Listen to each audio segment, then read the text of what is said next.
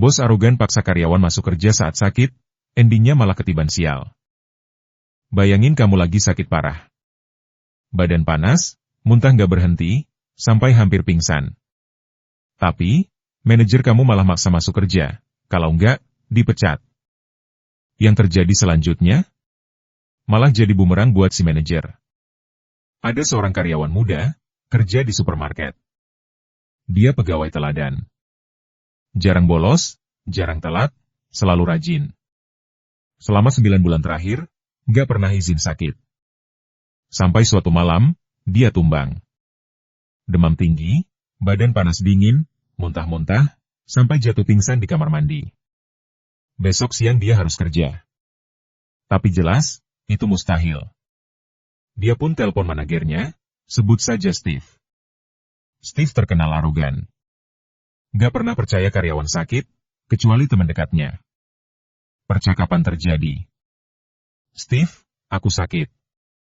Gak bisa masuk. Sakit apa? Jangan bohong.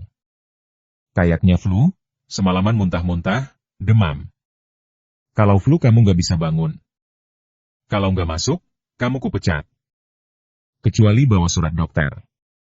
Padahal, di Inggris ada aturan self-care TV. 5 hari sakit, gak perlu surat dokter. Permintaan Steve jelas ilegal. Tapi karena takut kehilangan kerja, karyawan ini terpaksa nurut.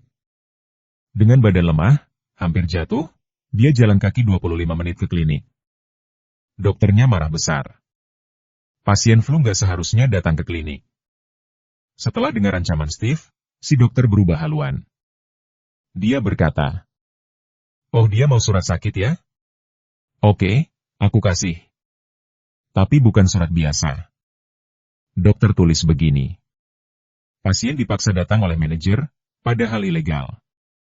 Karena dipaksa, kondisi makin parah, demam 39 derajat. Akibatnya, pasien resmi cuti sakit 2 minggu penuh. Padahal kalau dibiarkan istirahat di rumah, cukup beberapa hari saja. Karyawan itu lalu kasih suratnya ke Steve. Steve pucat. Dia coba bilang, aku nggak serius kok ngomong pecat. Tapi semua sudah terlambat. Manajer lain yang ada di sana jadi saksi. Dia bahkan antar karyawan itu pulang dengan mobil. Lalu melaporkan Steve ke serikat pekerja. Akhirnya, Steve kena sidang disiplin. Dapat peringatan keras.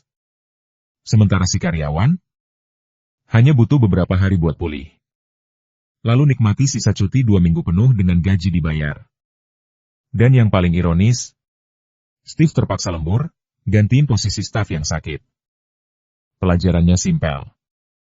Jangan pernah semena-mena sama karyawan. Aturan ada untuk melindungi pekerja. Dan kalau dilanggar, kadang karma bisa datang dengan cara yang sangat manis. Top komentar netizen. Salut banget sama duty manajer yang bela karyawan. Jarang ada manajer mau lawan atasan lain demi keadilan. Steve emang brengsek. Apalagi kerja di sekitar makanan, orang muntah atau diare jelas dilarang masuk kerja. Ironis, gara-gara Steve, si karyawan malah dapat liburan 2 minggu penuh dibayar. Dan Steve sendiri yang harus kerja ekstra. Mantap.